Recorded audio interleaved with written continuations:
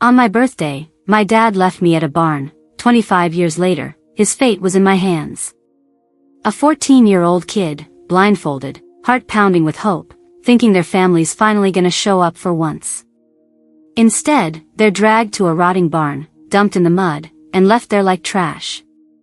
The truck peels out, tires spitting gravel, while their so-called family laughs, shouting, "Happy birthday, loser." They rip off the blindfold, staring at a crumbling shack, alone, betrayed, with their own parents' cruel prank burning in their ears. That video of their humiliation? It's already spreading online. I'm Sarah Harper. I'm 39 years old. And that was the day my heart broke beyond repair. Our house sat on a dusty half-acre lot just outside Fort Riley, Kansas, where the shadow of the military base loomed larger than the sun. It was a squat, peeling ranch-style home, 1,200 square feet of cracked linoleum and thin walls that trapped every shout. My dad, James Kane, was a Vietnam War hero to the folks at the VFW Hall, but at home, he was a storm fueled by PTSD and cheap bourbon. His medals hung on the living room wall, glinting like a taunt, while his fists and words broke everything else. "You're nothing but a burden," he'd snarl at me, his eyes bloodshot, breath sour. I was 14, 5'2", 90 pounds, and already knew to duck when his voice got low. Mom, Ellen Kane, was a retired Army nurse who'd seen enough blood to last a lifetime. She'd scrub the kitchen counter until her hands bled, avoiding Dad's rages and my eyes. "Just keep your head down, Sarah," she'd mutter, her voice a ghost of itself. She'd stitch up soldiers in Nam but couldn't mend the holes in our family. My sister, Chloe, 4 years younger, was Dad's pride, a smug 10-year-old with his sharp jaw and none of his scars. "Chloe's got my fire," he'd boast, tossing her a wink while I swept up his spilled ashes. She'd mimic his cruelty, sneering, "Why don't you just disappear, Sarah," as she twirled her new braid. I learned to move like a shadow, tiptoeing past Dad's recliner, where he'd sit, bottle in hand, staring at old war photos. The air was thick with his anger, Mom's silence, and Chloe's giggles. Every day felt like surviving a battlefield, but I wasn't a soldier yet. I was just a kid, clinging to the hope that my 14th birthday might change it all. For the first time in years, the week before my 14th birthday felt like a ceasefire in our Fort Riley war zone. James Kane, my dad, didn't slam his fist on the dinner table or call me a waste of space. His bloodshot eyes even softened once, catching mine across the kitchen, and he grunted, "You're growing up, kid." Ellen, my mom, spent $30 at the PX on a navy blue dress, its soft cotton hem brushing my knees. "Wear it for something nice," she said, her voice almost warm, her hands trembling as she handed it to me. Chloe, my 10-year-old sister, didn't spit insults or steal my homework. Instead, she sat on my bed, braiding my hair, humming some pop song. "You're gonna look so pretty, Sarah," she chirped, her smile too wide, too perfect. I let myself dream, my heart pounding like a drum. Maybe we drive 10 miles to Junction City for burgers at Sonic, or, dare I hope, get a chocolate cake with candles that didn't come from a gas station. I spent an hour in front of our cracked bathroom mirror, brushing my brown curls until they shone, pinning them back with a clip I'd saved for special days. On the morning of my birthday, James clapped my shoulder, his calloused hand heavy. "Be ready by 2 p.m., he said, his voice gruff but steady. "We're doing something big for you." Ellen nodded, her eyes darting away. Chloe bounced on her toes, giggling, "It's gonna blow your mind." At 1:55 p.m., Ellen pulled a black bandana from her pocket. "It's a surprise," she whispered, tying it over my eyes, her fingers cold against my skin. "Trust us, Sarah." My stomach fluttered, hope swelling like a balloon. I stepped outside, the Kansas sun warm on my face, believing, for one stupid moment, that my family might finally love me. The truck's engine growled as we rolled out of Fort Riley, my heart still fluttering from the hope Ellen's bandana had tied around my eyes. At 14, sitting in the back seat of James Kane's rusted Ford pickup, I clutched the hem of my navy blue dress, its cotton warm against my thighs. The ride started smooth, pavement humming under the tires, but soon the road turned rough, gravel crunching like bones under the weight. James, my dad, chuckled low, his voice gravelly from years of bourbon. "This is gonna be a birthday you'll never forget, Sarah," he said, and I believed him, my smile stretching so wide it hurt. Chloe, my 10-year-old sister, giggled beside me, her voice sharp, like she was holding a secret I wasn't in on. Ellen, my mom, sat silent in the front, her hands probably folded tight in her lap, like always. The drive stretched on, 20 minutes, maybe 30. The air grew thick with the scent of dust and diesel. My stomach twisted, not from fear but from the thrill of what I thought was coming. A surprise party? A picnic? My mind spun with dreams of a picnic table piled with fried chicken and a cake with my name in icing. The truck lurched, tires grinding over what felt like a dirt path, then stopped dead. "We're here," James barked, his tone flat, final. Chloe snickered, a sound that sliced through my excitement.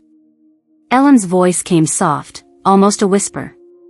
"Take off the bandana when we tell you, okay?" I nodded, my fingers twitching, ready to see the magic. The door slammed. Footsteps crunched away. I waited, counting seconds, 10, 20, 30. "Now?" I called, my voice small, swallowed by the silence.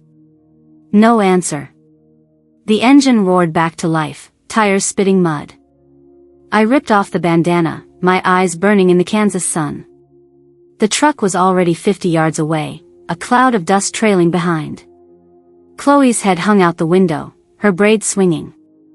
"Happy barn day, you pathetic nobody," she screamed, her laughter sharp as a blade. Ellen waved once, her face blank, like she was waving at a stranger.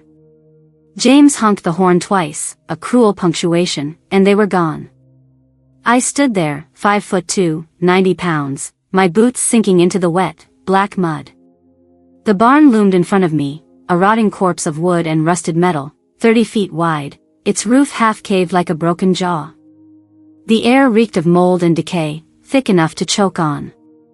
Inside, through a splintered door, I saw shadows of a busted tractor, its wheels rusted to stumps, and cobwebs so thick they draped like funeral shrouds. A dead crow lay in the corner, its beak open, as if it died screaming. I turned back, expecting, praying, the truck would circle back. It didn't. The horizon was empty, just endless fields of Kansas wheat, swaying like they were mocking me.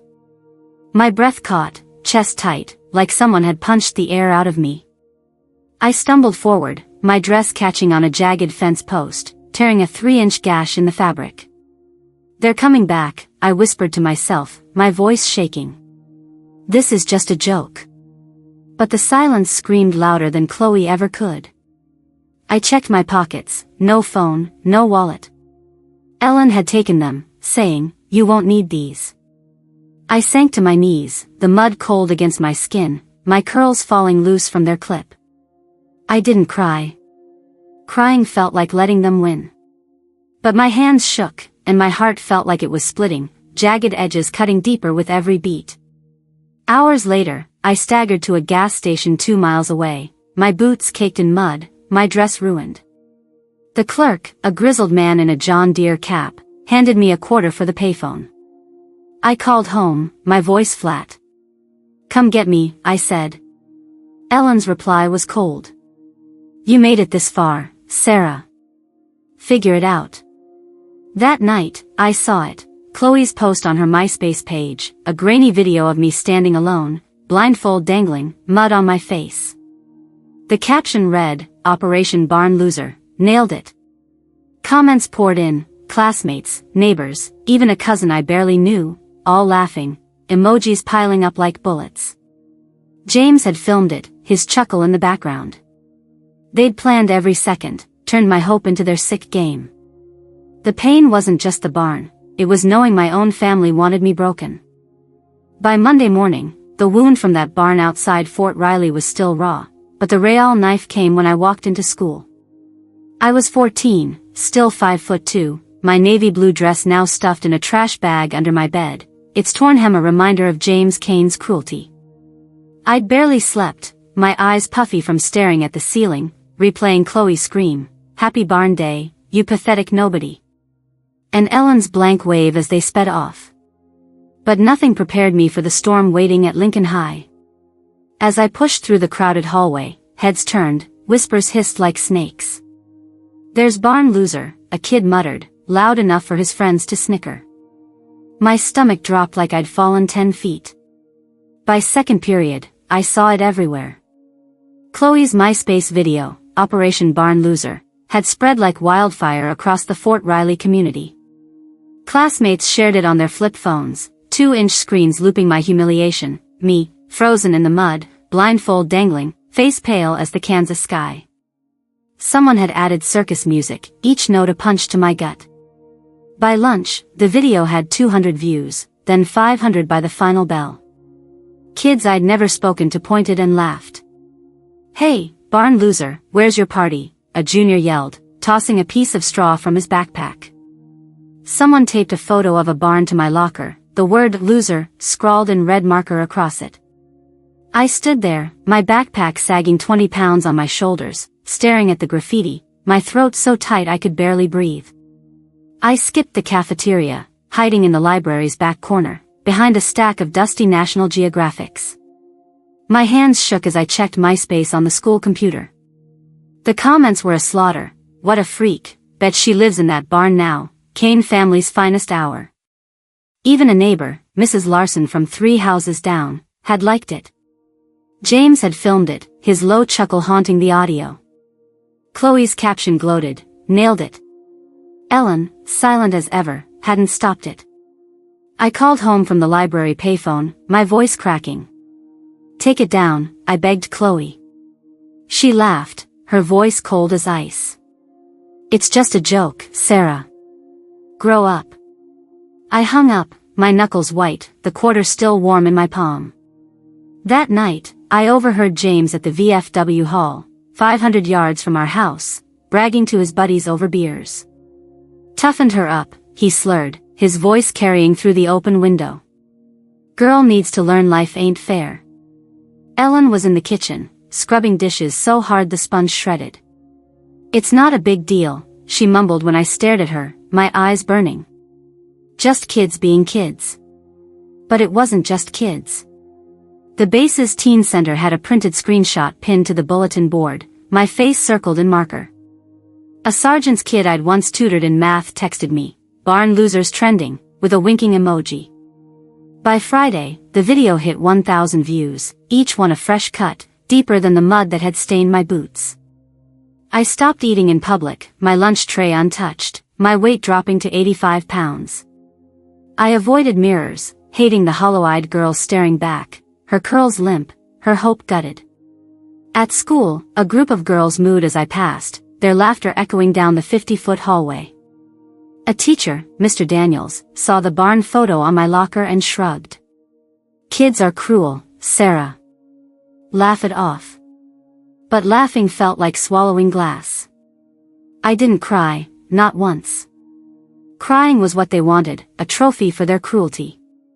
Instead, I sat in my room, door locked, poring over library books on military strategy and survival, their pages worn under my fingers.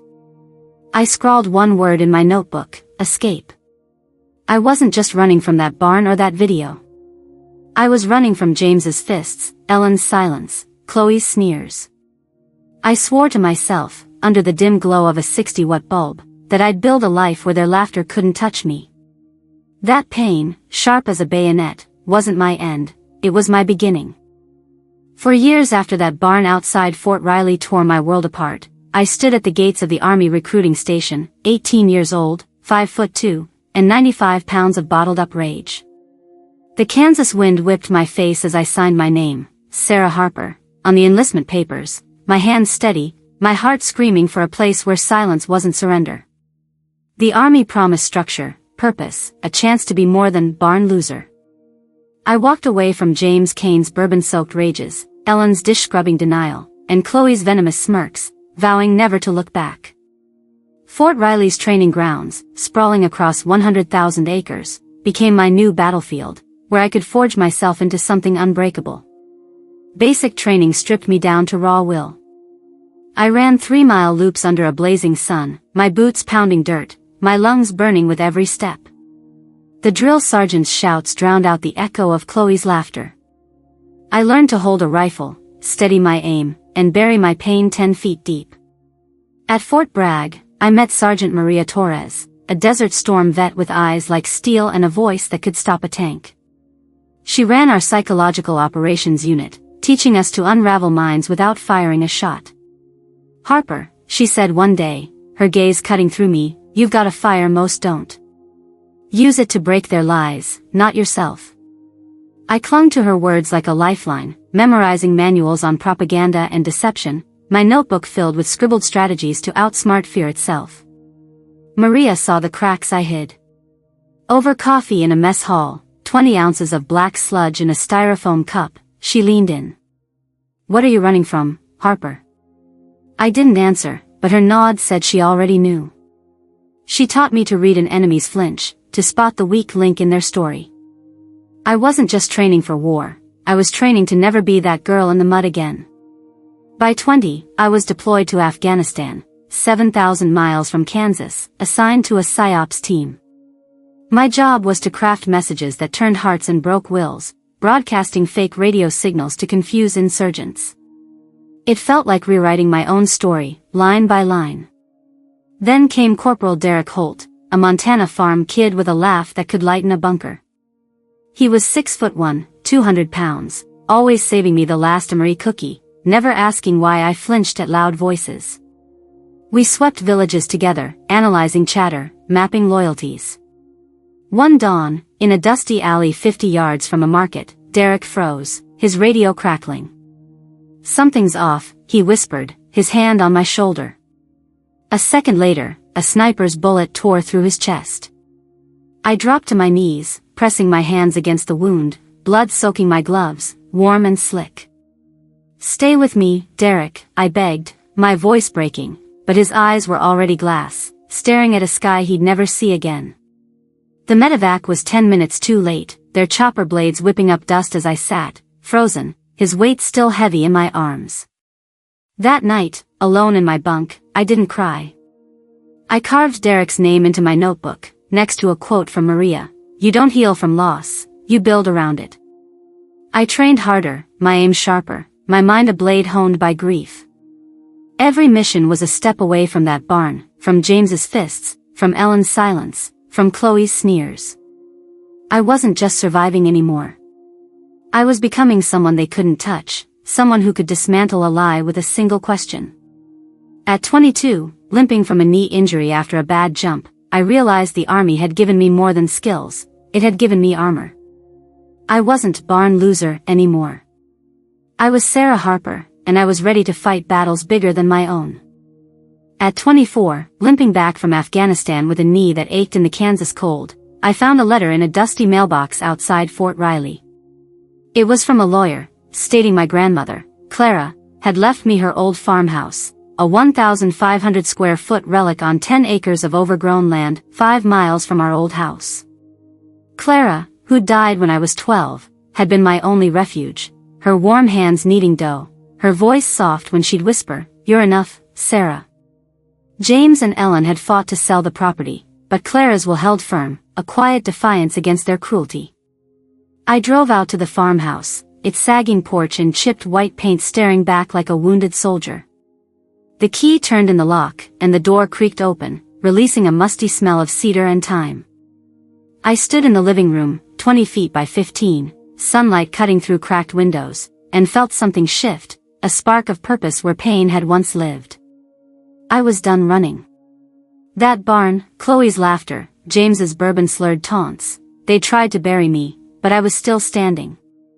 I decided to rebuild the farmhouse, not for me, but for women like me, veterans carrying wars in their bones, hearts scarred by battles beyond the battlefield. I called it Dawn Point, a name that felt like a promise to shine light on what others tried to hide. With $5,000 from my army savings, I bought paint, lumber, and tools from a Home Depot 10 miles away. I tore down moldy drywall, my bad knee screaming with every swing of the hammer. Tina Morales, a Gulf War vet who'd lost her leg to an IED, showed up first. Heard you're fixing a place for us, she said, leaning on her cane, her eyes sharp but tired. Count me in. We worked side by side, sanding floors, planting marigolds in a 50-foot garden bed, turning decay into something alive. Dawn Point became a sanctuary, a 10-room haven where women vets could breathe without flinching.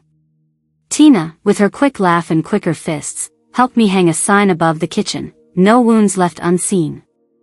Others came, women with shrapnel scars, PTSD nightmares, families who'd turned their backs. We cooked chili in a 10-quart pot, shared stories on thrift store couches, and patched each other's cracks. One night, Tina looked at me across a flickering campfire, 30 feet from the house. You built this from nothing, Sarah, she said, her voice rough. You're not that kid anymore. I nodded, my throat tight, because she was right, I wasn't barn loser. I was someone who could hold space for others' pain. The seed for Dawn Point had been planted years earlier, in a dusty Afghan village, 7,000 miles from Kansas. I was 21, on a PSYOPs mission, distributing flyers to sway locals. A girl, maybe 9, darted from a mud brick house, her arms bruised, her eyes darting like she'd learned to fear loud voices. She tripped, face planting in the dirt, her tattered scarf slipping off. The villagers laughed, but I saw myself in her, small, unseen, carrying a weight too big for her frame. I knelt, brushed the dust from her cheek, and slipped her a granola bar from my pack. You're okay, I whispered, my voice barely audible over the wind. Her smile, fragile but fierce, cracked something open in me. For the first time since that barn, I felt solid, like I had a shape worth keeping. Maria Torres, watching from 10 yards away, nodded. That's your real mission, Harper, she said. Find the ones who need you. Back at Dawn Point, that moment burned in my chest. I wasn't just rebuilding a house, I was rebuilding lives, mine included. We hung photos on the walls, women laughing, planting, healing. A wooden plaque by the door read, "You are not your scars." By 25, Dawn Point hosted 15 women, their duffels slung over shoulders, their stories heavy but shared. I stood on that porch, the Kansas stars bright above, and realized I'd turned my pain into a beacon. The girl James and Ellen left in the mud, the one Chloe mocked online, she wasn't gone. She was building something they could never touch. At 39, standing on the porch of Dawn Point, 5 miles from Fort Riley's gates, I'd built a sanctuary from the ashes of my pain. The 1,500 square foot farmhouse hummed with life, women veterans laughing over coffee, planting marigolds in a 50-foot garden, healing scars deeper than shrapnel. But one spring afternoon, a letter arrived, its sharp handwriting cutting through my calm like a bayonet. It was from Chloe Kane, my sister, now 35, her words trembling on the page. Sarah, Dad's had a stroke. He's dying. You're his only listed kin. I know we hurt you, but please help him. My hands shook, not from fear but from a rage I thought I'd buried. James Kane, the man who'd left me in a barn at 14, who'd laughed as I sank in the mud, was begging for my mercy. I stared at the letter, the Kansas wind rattling the windows, and felt that old wound split open. A week later, a VA transport van rolled up Dawn Point's gravel driveway, kicking up dust across 100 feet of dirt. James sat slumped in a wheelchair, his 6-foot frame shrunken, half his face frozen, a nasal tube snaking from his nose. Chloe stood beside him, clutching a leather purse worth more than my monthly rent, her eyes darting like she expected the house to judge her. Tina Morales, leaning on her cane, watched from the porch, her gaze hard. I stepped forward, my boots steady on the wood, my heart pounding like a war drum. James's eyes met mine, cloudy but still sharp, like the man who'd called me a burden 25 years ago. Chloe's voice cracked. Sarah, we need you. The VA won't cover his rehab. You're on the papers. I didn't flinch, my face a mask forged in Afghanistan's dust. Inside, I led them to Dawn Point's living room, 20 feet by 15, where sunlight poured through new windows, illuminating photos of women rebuilding their lives. A quote painted above the fireplace read, "You are not your scars." James's wheelchair creaked as he scanned the room, his good hand gripping the armrest like he could still command it. Chloe sat, her $500 purse clutched tight, her nails polished but chipped. "We didn't mean to hurt you," she said, her voice low, almost swallowed by the room's quiet strength. "That barn thing, it was just a stupid prank." I laughed, a sharp, bitter sound that made her wince. "A prank?" I said, my voice steady but cold as a Kansas winter. "You filmed me breaking, Chloe. You posted it. You let it live online for years." James tried to speak, his words slurred, half-formed. "Sarah was tough love." His mouth twitched, maybe the stroke, maybe defiance. I stepped closer, 5'2" but towering in my own space. "Tough love?" I said, my voice ablade. "You left me in a rotting barn, James. You watched me crumble through your windshield and called it a lesson. You don't get to rewrite that now." Chloe's eyes welled up, tears smudging her mascara. "I'm sorry, Sarah," she whispered. "I was a kid. I didn't know." I held her gaze, seeing the girl who'd screamed, "Pathetic nobody," from the truck. "You knew," I said. "You chose to laugh." I pulled a manila envelope from my desk, the state seal stark on its front. "This is the denial of medical responsibility," I said, sliding it across the coffee table, its 12-inch surface scratched from years of shared meals. "I filed it yesterday. James, you're going to a state facility. The VA will handle it." His eyes widened, a flicker of the man who'd ruled our house with fists and fear. Chloe stood, her voice breaking. "He'll die there, Sarah. He's your dad." I didn't blink. "He stopped being my dad when he left me for dead," I said, my words calm, final. "This place, Dawn Point, is for the women you broke, not for you." I turned to Chloe. "You don't get to walk in here with your purse and your tears and claim my peace." Tina stepped in, her cane tapping the floor. "Time to go," she said, her voice firm, guiding James's wheelchair toward the door. Chloe followed, her heels clicking like a countdown, her face pale. The room stayed silent, 15 women watching from the edges, their eyes steady with understanding. I stood by the window, watching the van pull away, gravel crunching under its tires. This wasn't revenge. It was freedom. I'd built something James and Chloe could never touch, a home where pain didn't win. I turned back to the women, my voice soft but sure. "Let's get back to work." Dawn Point stood tall under the Kansas sky, 5 miles from Fort Riley, its 1,500 square foot farmhouse now a beacon for women veterans who'd carried wars in their hearts. By 39, I'd watched it grow beyond my grandmother Clara's cracked windows. 30 women now called it home, their laughter filling the 50-foot garden where we'd torn down that rotting barn and planted roses instead.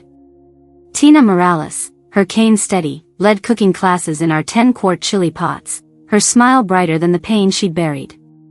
We hung new photos on the walls, faces of women who'd found strength in shared silence, their scars lit by the glow of a 100-watt bulb in the living room.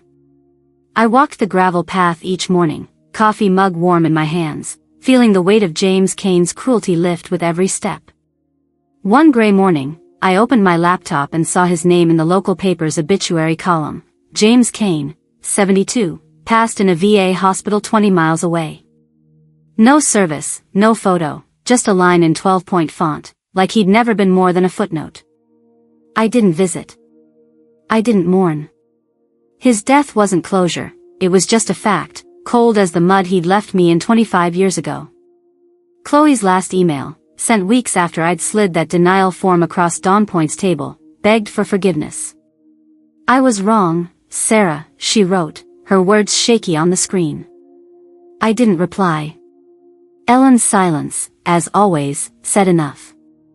I closed the laptop, my breath steady, and walked to the garden, where a wooden sign read, "You are not your scars." I'd built something bigger than their betrayal. Here's what I learned, carved from that barn and every battle since: you don't have to carry the people who broke you. Freedom isn't forgiving them, it's choosing a life where their pain can't reach you. Build something that drowns out their lies with your truth, like I did with Dawn Point, where women like Tina find home. You gave us a place to breathe, Tina said one night, her voice soft over a crackling campfire. I nodded, my heart full, because she was right. If you've ever been betrayed, left in the mud by those who should have loved you, know this, you're not alone. Subscribe, share your story, tell us where you're watching from. Let's build something stronger than the pain.